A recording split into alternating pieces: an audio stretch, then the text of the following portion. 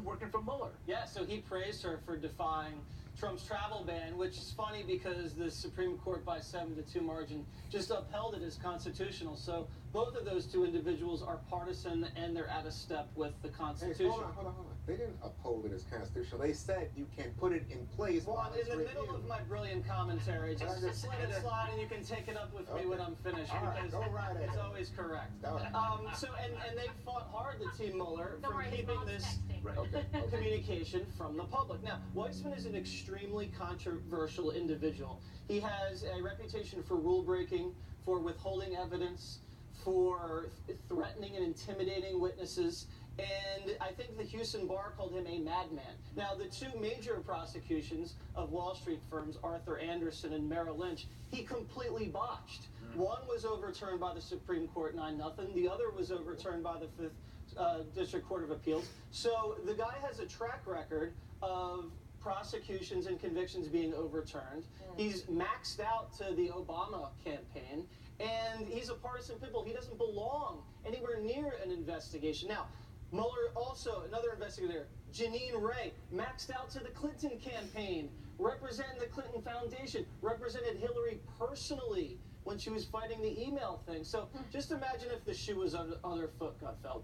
And you have prosecutors investigating Hillary, and they're Trump donors, or they worked for the Trump organization, and they're sending text messages about crooked Hillary, make America great again. You think the Democrats would take that line down? No. I hope they have a pair of shoes because I don't want her tripping.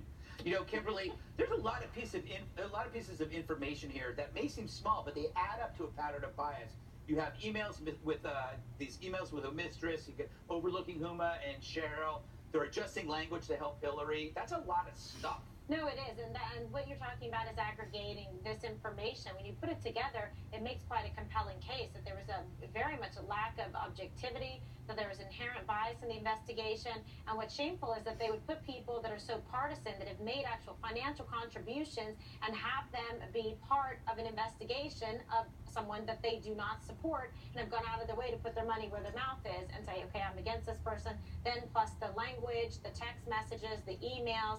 And Sarah Carter told Sean Hannity last night that through her sources there are more emails coming out to show the bias here, and that they were really kind of out to get Flynn and President Trump, then candidate Trump at the time. So this is exactly what you don't want from anybody involved in an investigation or, injustice. That's the problem here. So you can't just blow it off and say, oh, well, who knows?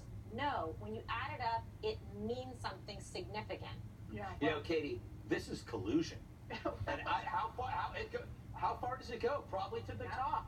Well, and that opens up all kinds of questions about the Clinton email investigation, which we've all had sitting around this table questioning what the extensive nature of that investigation was. Why is it that the inner circle that played around Hillary Clinton was able to have immunity? Why is it that Cheryl Mills was allowed to be both a witness in the case and also the attorney for Hillary Clinton? And one thing that jumped out at me today is that the Justice Department is not commenting on any of this. So it must be a very awkward place for Jeff Sessions to be in, for his staff to be in, because they're the ones who have to answer to this as well, and they have a problem on their hands when it comes to special counsel. And Rod Rosenstein, who appointed the special counsel, is the one who's going to have to really look at this and go, we do have a conflict of interest here. And it's not that you can't have political opinions. Washington, D.C. is a one-stop shop for politics. That's what people do there. Sure. The problem is the conflict of interest, and clearly there's been one on multiple occasions in a variety of cases. Imagine, though,